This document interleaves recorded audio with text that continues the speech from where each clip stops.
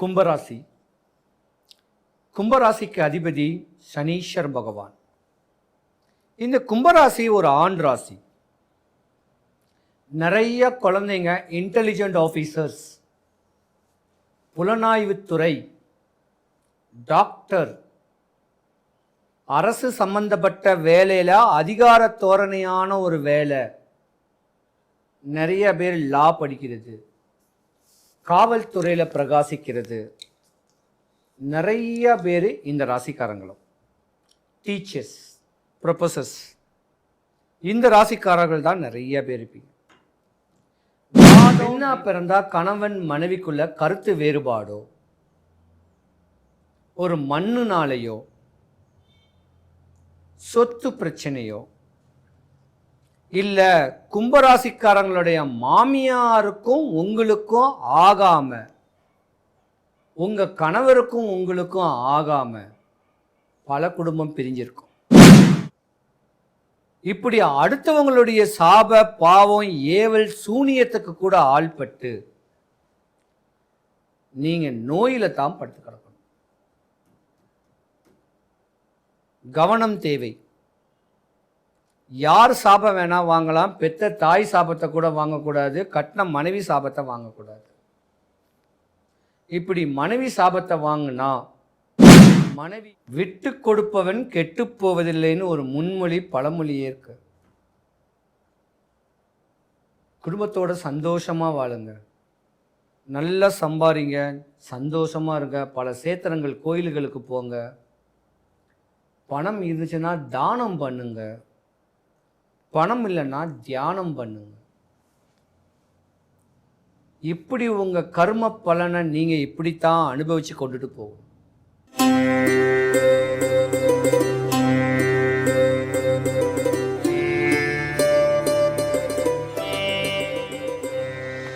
இரண்டாயிரத்தி 26 சித்திர மாதம் தமிழ் வருடப்பிறப்புக்கு பின்பு மேச ராசி முதல் மீன ராசி வரைக்கும் உங்களுடைய இரத்த சம்பந்தப்பட்ட உறவு ஒன்று பிரிய போகுது. கவனம் தேவை 12 ராசிக்காரர்களும். கும்பராசி. கும்பராசிக்கு அதிபதி சனீஸ்வர் பகவான்.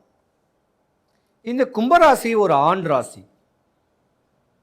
நிறைய குழந்தைங்க இன்டெலிஜென்ட் ஆஃபீஸர்ஸ், புலனாய்வுத்துறை, டாக்டர், அரசு சம்பந்தப்பட்ட வேலையில் அதிகார தோரணையான ஒரு வேலை.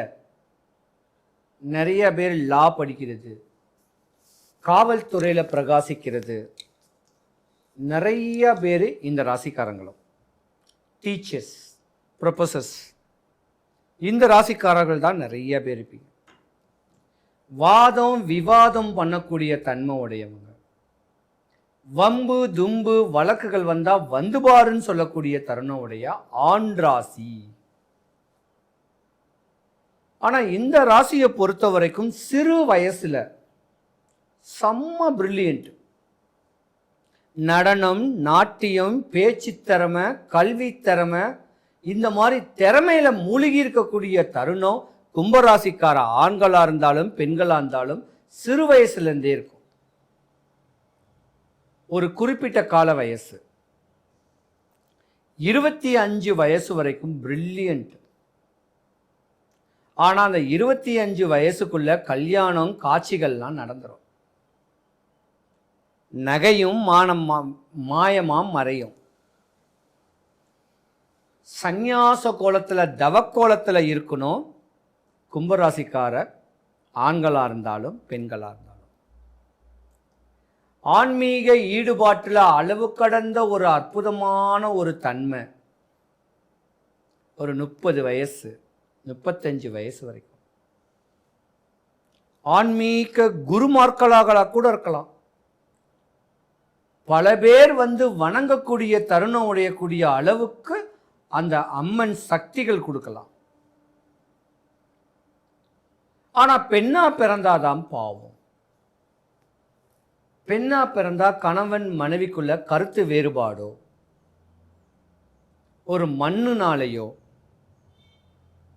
சொத்து பிரச்சனையோ, இல்லை கும்பராசிக்காரங்களுடைய மாமியாருக்கும் உங்களுக்கும் ஆகாம, உங்கள் கணவருக்கும் உங்களுக்கும் ஆகாம பல குடும்பம் பிரிஞ்சிருக்கும்.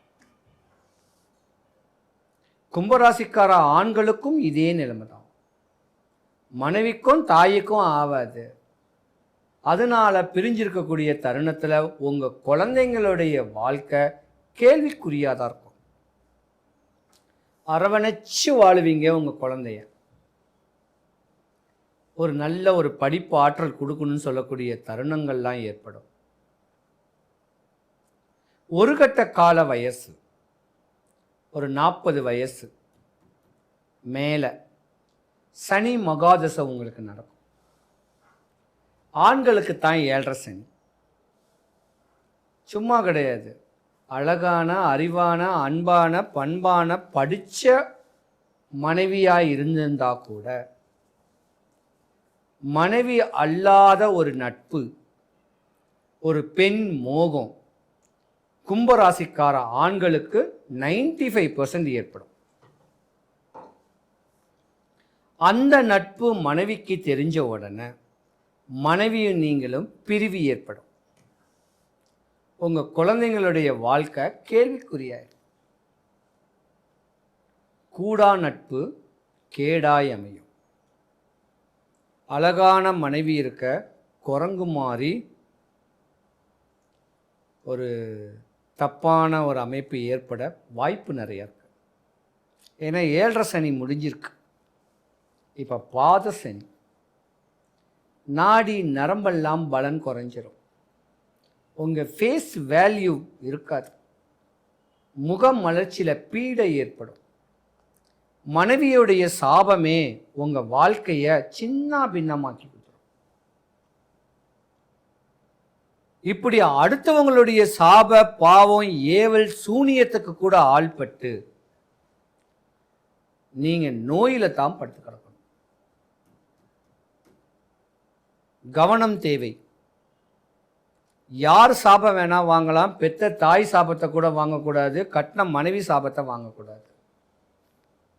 இப்படி மனைவி சாபத்தை வாங்கினா மனைவி புருஷன் இறந்தா கூட பரவாயில்ல அப்படின்னு சாமிகிட்ட வேண்டி ஏதாவது ஒரு சூளத்தில் போயிட்டு எலுமிச்சம்பழம் குத்திட்டான்னா கணவனுக்கு துர்மரணம் ஏற்படுறதுக்கான வாய்ப்பு நிறையவே இருக்கு. கவனமாக இருந்துக்குங்க. யாரும் யார் வாயிலையும் விழாதீங்க. குடும்பத்தோட ஒட்டுணர்ந்து அனுசரணையாக இருந்து விட்டு கொடுத்து வாழ்ந்துட்டு போங்க. விட்டு கொடுப்பவன் கெட்டு போவதில்லைன்னு ஒரு முன்மொழி பழமொழியே இருக்கு. குடும்பத்தோட சந்தோஷமாக வாழுங்க. நல்லா சம்பாதிங்க, சந்தோஷமாக இருங்க. பல சேத்திரங்கள் கோயில்களுக்கு போங்க. பணம் இருந்துச்சுன்னா தானம் பண்ணுங்க. பணம் இல்லைன்னா தியானம் பண்ணுங்க. இப்படி உங்கள் கர்ம பலனை நீங்கள் இப்படித்தான் அனுபவித்து கொண்டுட்டு போகணும். இல்லைன்னா 7.5 சனியோட மோசம் பாத சனி. ரெண்டாவது, உங்கள் ராசியிலேயே ராகு பகவான் இருக்கார். இந்த ராகு பகவான் இருக்கிற வரைக்கும் கணவன் மனைவிக்குள்ள விரிசல், கணவன் மனைவிக்குள்ள கருத்து வேறுபாடு எல்லாம் இருக்கத்தான் செய்யும். ராகு கேது பெயர்ச்சிக்கு அப்புறம் வேணால் ஒரு வாழ்க்கையில் ஒரு மாற்றம் ஏற்பட வாய்ப்பு இருக்குது. இருந்திருந்தாலும் ராசிக்கு 12வது வீட்டில் சனீஸ்வர பகவான் வீட்டில் ராகு பகவானுடைய பெயர்ச்சி வரனால உங்கள் ஆரோக்கியத்துக்கு பிரச்சனைகள் வரும். ஏதாவது இன்னல், துன்பம், இடையூறுகள் இருந்துச்சுன்னா மேற்படி சொன்ன வல்லக்கோட்டை முருகன் கோவிலில் சொன்ன பரிகாரத்தை நீங்கள் பண்ணுங்க. கும்பராசி அன்பர்கள் அனைவருக்கும் சுபிக்ஷம், ஐஸ்வர்யம், கடாட்சியம் கிடைக்க எம்பெருமான் வல்லக்கோட்டை முருகனுடைய அருளாட்சி உங்களுக்கு பரிபூர்ணமாக கிடைக்க இறைவனை நான் பிரார்த்திக்கிறேன். குடும்பத்தில் ஒற்றுமையா எல்லாருமே இருக்கிறதுக்கும் எந்த விரயங்களும் ஆகாமல் இருக்க இந்த ஒரு சின்ன ஒரு பரிகாரத்தை பண்ணிங்கன்னா யாருக்கும் எந்த குறையும் வராது. சென்னை தாம்பரத்துக்கு மிக அருகில் இருக்கக்கூடிய வல்லக்கோட்டை முருகன் கோவில். இந்த கோயிலுக்கு ஒரு 5 வாரம் வரேன்னு வேண்டிக்கிங்க. வாரம் போகிறதுக்கு முன்ன ஒரே ஒரு சேவல் வாங்கி உங்கள் வீட்டு வாசலில் கட்டி போட்டு தீனி போடுங்க. 5ஆவது வாரம் அந்த சேவலை எடுத்துட்டு கோயிலுக்கு கொண்டு போயிட்டு கோயில் அதிகாரிகள் கிட்டையாவது கோயில் குருக்கள் கிட்டையாவது கேட்டு, நான் இந்த மாதிரியான ஒரு பரிகாரத்தை இந்த கோயிலுக்கு இந்த சேவலை நியமிச்சு விடுறேன் அப்படின்னு கேட்டிங்கன்னா அவங்க ஒரு வழிபாடை ஒன்று சொல்லுவாங்க.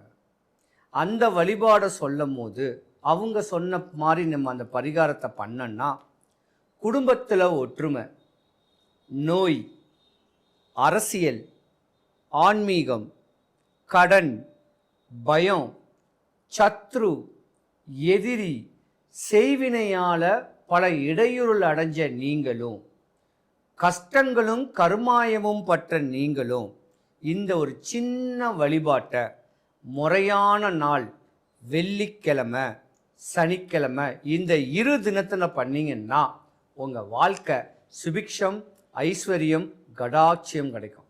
சிவாய நமः.